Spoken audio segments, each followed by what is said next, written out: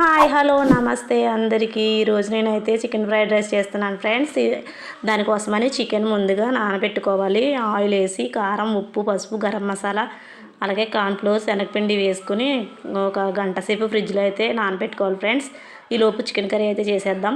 ఉల్లిపాయలు, పచ్చిమిరపకాయలు, అల్లం వెల్లుల్లి పేస్ట్, టమాటాలు, కరివేపాకు, బిర్యానీ ఆకు, బిర్యానీ మసాలాలు వేసి ముందుగా ఆయిల్ పోసుకొని పసుపు వేసుకుని బిర్యానీ మసాలాలు వేసుకుని తర్వాత ఉల్లిపాయలు వేసుకుని బాగా ఉల్లిపాయలు అయితే ఫ్రై చేసుకోవాలి. పచ్చిమిర్చి కూడా వేసుకుని ఉల్లిపాయ పచ్చిమిర్చి బాగా ఫ్రై అవుతుండగా టమాటా ముక్కలు అలాగే కరివేపాకు వేసుకుని అవి కూడా బాగా ఫ్రై అవ్వాలి ఫ్రెండ్స్. బాగా మగ్గాలి. మగ్గిన తర్వాత చికెన్ అయితే ఉంది కదా, చికెన్ వేసుకుని బాగా చికెన్ కూడా ఆయిల్లో ఫ్రై చేసుకోవాలి.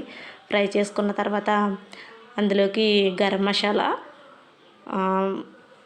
ధనియాల పౌడర్ వేసుకుని బాగా చికెన్ ముక్కలకి అయితే పట్టేటట్టు బాగా కలుపుకోవాలి ఫ్రెండ్స్.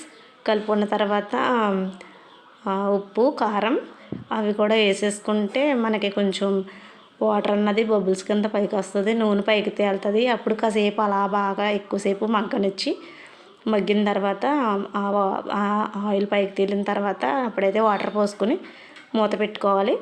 మూత పెట్టుకున్న తర్వాత ఒక 20 నిమిషాలు ఉడికిన తర్వాత చికెన్ మసాలా అనే కాదు, మీకు ఎదురుది చికెన్ మసాలా వేసుకుని దించుకోండి ఫ్రెండ్స్.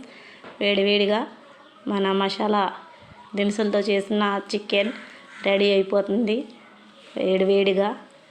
తర్వాత చికెన్ ఫ్రైడ్ రైస్ కోసం నానబెట్టుకున్న చికెన్ అయితే ఫ్రై చేసుకున్నాను ఫ్రెండ్స్. ఫ్రై చేసుకుని మొత్తం ఫ్రై చేసేసుకుని అప్పుడు వాటి కోసం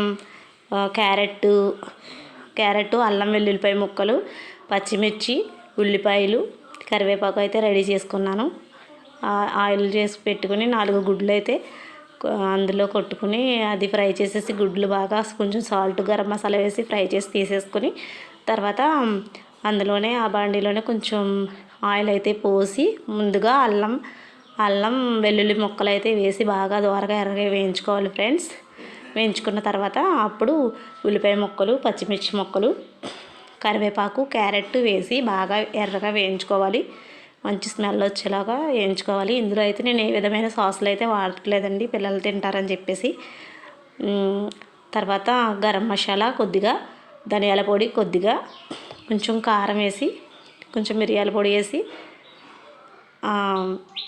తర్వాత కారం అవి బాగా వేగిన తర్వాత అప్పుడు వండుకున్న రైస్ అయితే అందులో వేసి బాగా తిప్పుకొని తర్వాత స్మోకీ ఫ్లేవర్ వచ్చేంత వరకు తిప్పుకొని తర్వాత మనం కోడిగుడ్డు పొరడు అయితే చేసుకున్నాం కదండి, దాన్ని కూడా అందులో వేసేసి బాగా తిప్పి ఉప్పు అన్నీ సరిపోనే లేదు చూసుకొని మళ్ళీ ఒకసారి వేసుకొని సరిపోకపోతే తిప్పుకొని తర్వాత మనం వేయించి పెట్టుకున్న చికెన్ ముక్కలు ఉన్నాయి కదండి, అవి అయితే వేసుకొని మళ్ళీ ఒకసారి కలుపుకొని కొంచెం పచ్చిది కరివేపాకు వేసుకుంటే దాని స్మెల్ చాలా బాగుంటుందండి ఫ్రెండ్స్.